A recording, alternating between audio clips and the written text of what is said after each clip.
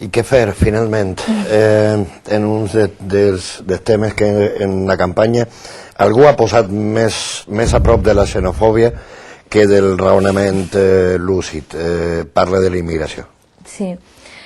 Jo la veritat és que, és veritat que escoltant el Partit Popular uno s'assusta, perquè a més això de que mos furten la sanitat és un discurs absolutament xenòfob i que indigne d'una opció política, i més una opció política que té 9 milions de vots darrere. Però tampoc me va agradar gens el discurs del Partit Socialista, que es vanagloria d'haver tornat als immigrants que han arribat a les nostres terres.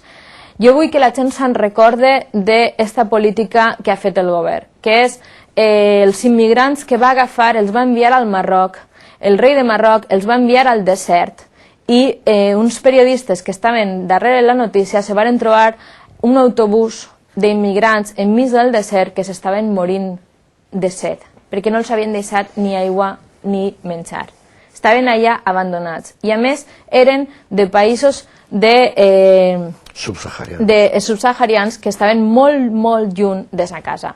És a dir, aquesta és la política humanitària que va fer el Partit Socialista en quant a immigració. La real, la que vàrem veure en els nostres ulls. I n'hi ha una altra que a mi també me va impactar molt durant aquesta legislatura. És quan vàrem veure a un policia pegant bots damunt d'un immigrant en la valla de Melilla. Jo aquesta imatge la tinc gravada en la ment. Jo l'endemà tenia una intervenció en el Congrés i ho vaig dir ahir. I vaig demanar que s'investigara. No s'ha sabut mai res. I jo vaig veure el vídeo d'un senyor allà que saltava damunt de l'immigrant. Eixa ha sigut la política humanitària que han fet. Ha sigut il·legal, inhumana. A més de no invertir en els centres d'acollida als immigrants que estan absolutament saturats i que jo he anat a visitar i estan en un estat també infrahumà.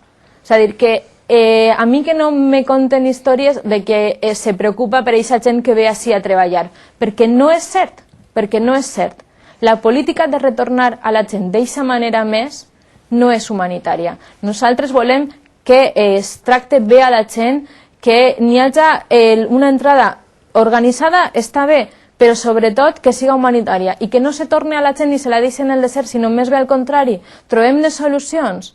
A més, si n'hi ha treball, que es treballi, que s'organitzi, que s'invertisquen diners i que no se tenga la gent fent cues de 4 dies dormint en el carrer, com hem vist també últimament.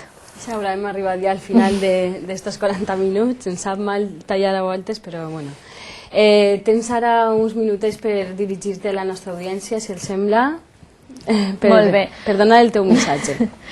Pues senzillament que Bloc Iniciativa Verds està disposada a continuar lluitant per els drets de la gent d'ací, de la gent dels valencians, perquè se preocupem per la nostra terra i el que volem és tindre una veu a Madrid, al Congrés dels Diputats, que faci que la Safor, que València vagi a Madrid i que Madrid vinga a la Safor i que vinga a València. Que volem que s'escolte alta i clara la nostra veu, les nostres reivindicacions i no estar sotmesos a interessos completament aliens que miren més per a altres territoris. I volem fer polítiques socials i aprofundir en els avanços socials, especialment en el País Valencià, perquè tenim moltes carències. Volem un finançament millor, volem canviar les coses, canviar el nostre panorama, perquè considerem que els valencians se mereixem molt més, se mereixem ser un país ben reconegut i recuperar la nostra dignitat com a poble. Queda molt per fer, molta tasca, i Bloc Iniciativa Verds lluita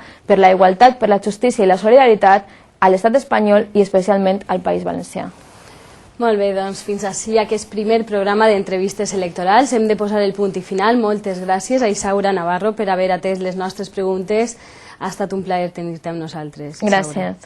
I, bueno, Pepe Arnau, Josep Manel Alfaro i jo mateixa tornarem a estar així demà després de l'informatiu NIT. Els esperem. Bona nit.